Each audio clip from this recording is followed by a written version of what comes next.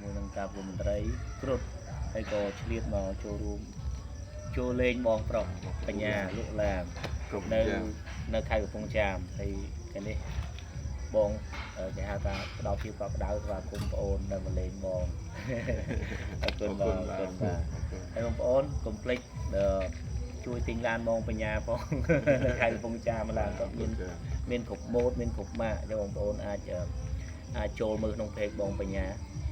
ហើយមានเพจមិញបញ្ញាបាទទិញរថយន្តក្រុងកំពង់ចាមបាទហើយថ្ងៃនេះបើនិយាយថាលើកទី1ជួបបងធ្លាប់ទៅជួបបងខមមិនលេងមួយប្អូនពេលបានជួបវាបាទឥឡូវបានជួបបងហើយក៏ឆ្លៀតចូលលេងបងមុននឹងចូលរួមជាមួយការប្រមត្រីអរគុណច្រើនបាទអញ្ចឹងបាទបើចង់ជួបអូនប្រុសបាទពេជ្រណាការប្រគំមន្ត្រីស្រាបៀវឌ្ឍនៈបាទនៅទលេអ៊ំបាទជួបគ្នាឥឡូវនេះបាទចិត្តដល់ម៉ោងមែនទេហើយតោះអរគុណបាទក៏ពេជ្រជួយ share វីដេអូដល់អ្នកគ្នាម្នាក់មួយ